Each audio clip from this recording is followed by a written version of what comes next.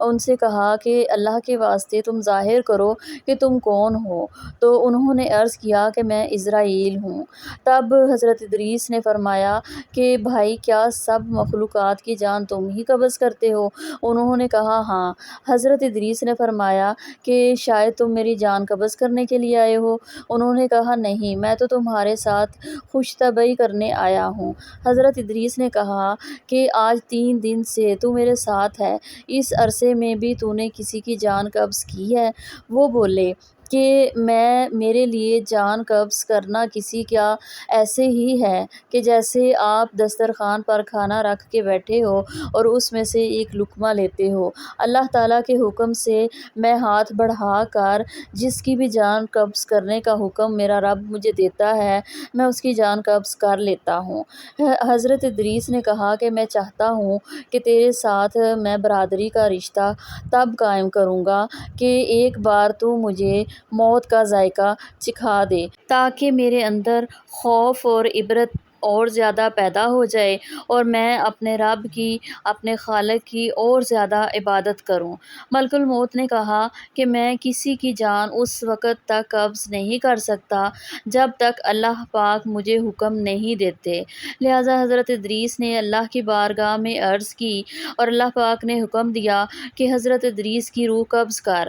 انہوں نے حضرت ادریس کی روح قبض کر لی۔ پھر ملک الموت نے خدا کی بارگاہ میں دعا مانگی، پھر اللہ تعالیٰ نے ان کو زندہ کر دیا اور حضرت ادریس نے اٹھ کر ملک الموت کو اپنی گود میں لے لیا۔ دونوں نے آپس میں برادری کا رشتہ قائم کر لیا۔ ملک الموت نے حضرت ادریس سے پوچھا کہ مجھے یہ بتاؤ کہ موت کی تلخی کیسی ہے؟ تو حضرت ادریس نے کہا کہ ایسے جیسے کہ ایک زندہ جاندار کی کھال کھینچی جاتی ہے۔ ملک الموت نے کہا اے بھائی، قسم ہے رب العالمین کی کہ جیسا میں نے تیرے ساتھ احسان کیا ایسا کسی کے ساتھ نہیں کیا۔ حضرت ادریس نے فرمایا اے بھائی، مجھے دوزخ دیکھنے کا شوق ہے، تو مجھ کو اس کے دروازے تک لے چل تاکہ اس کے دیکھنے سے خوف الہی زیادہ ہو اور میں پھر عبادت اور بندگی زیادہ کروں۔ تب ملک الموت نے اللہ تعالیٰ کے حکم سے ان کو دوزخ کے 7 درجے دکھائے۔ پھر حضرت ادریس بولے اے بھائی، اب مجھ کو بہشت دیکھنے کی آرزو ہے کہ اسے دیکھ کر خوشی حاصل کروں گا اور زیادہ عبادت کروں گا۔ پھر ان کو بہشت کے دروازے پر لے گئے۔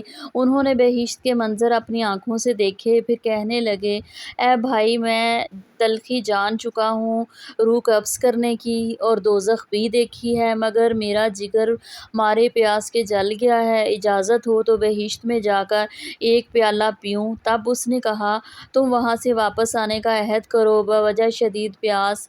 حضرت ادریس علیہ السلام نے واپس آنے کا عہد کیا کہ میں واپس آ جاؤں گا، اور اللہ کے حکم سے اپنی نالین درخت طوبہ کے نیچے چھوڑ کر بہشت میں داخل ہو گئے، کیونکہ باہر آنے کا عہد کیا تھا، اور نالین کو بھی درخت طوبہ کے نیچے چھوڑ آئے۔ بہشت سے نکل کر اپنی نالین کو لے کر بہشت میں جا کر درخت پر جا بیٹھے۔ کچھ دیر کے بعد ملک الموت نے آواز دی کہ اے بھائی، تاخیر مت کرو۔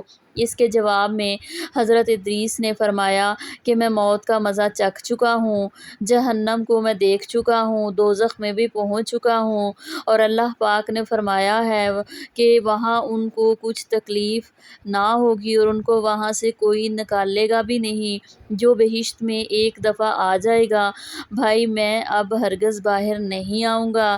اتنی دیر میں اللہ پاک کی طرف سے حضرت اسرائیل کو آواز آئی کہ تو حضرت ادریس کو چھوڑ کر چلا جا، میں نے ان کی تقدیر میں لکھا تھا حضرت ادریس موت کا مزہ چکھ کر اور دوزخ بھی دیکھ کر جنت میں جا رہے تھے۔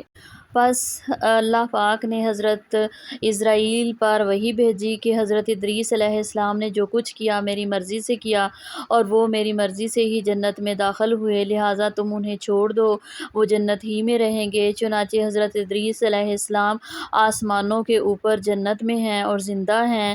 حضرت ادریس علیہ السلام کے آسمانوں پر اٹھائے جانے اور ان کو ملنے والی نعمتوں کا ذکر قرآن مجید کی سورہ مریم میں ہے، اور کتاب کتاب میں ادریس کو یاد کرو، بے شک وہ صدیق تھا، غیب کی خبریں دیتا تھا اور ہم نے اسے بلند مقام پر اٹھا لیا۔ یہ ہیں جن پر اللہ نے احسان کیا، غیب کی خبریں بتانے والوں میں سے آدم کی اولاد سے۔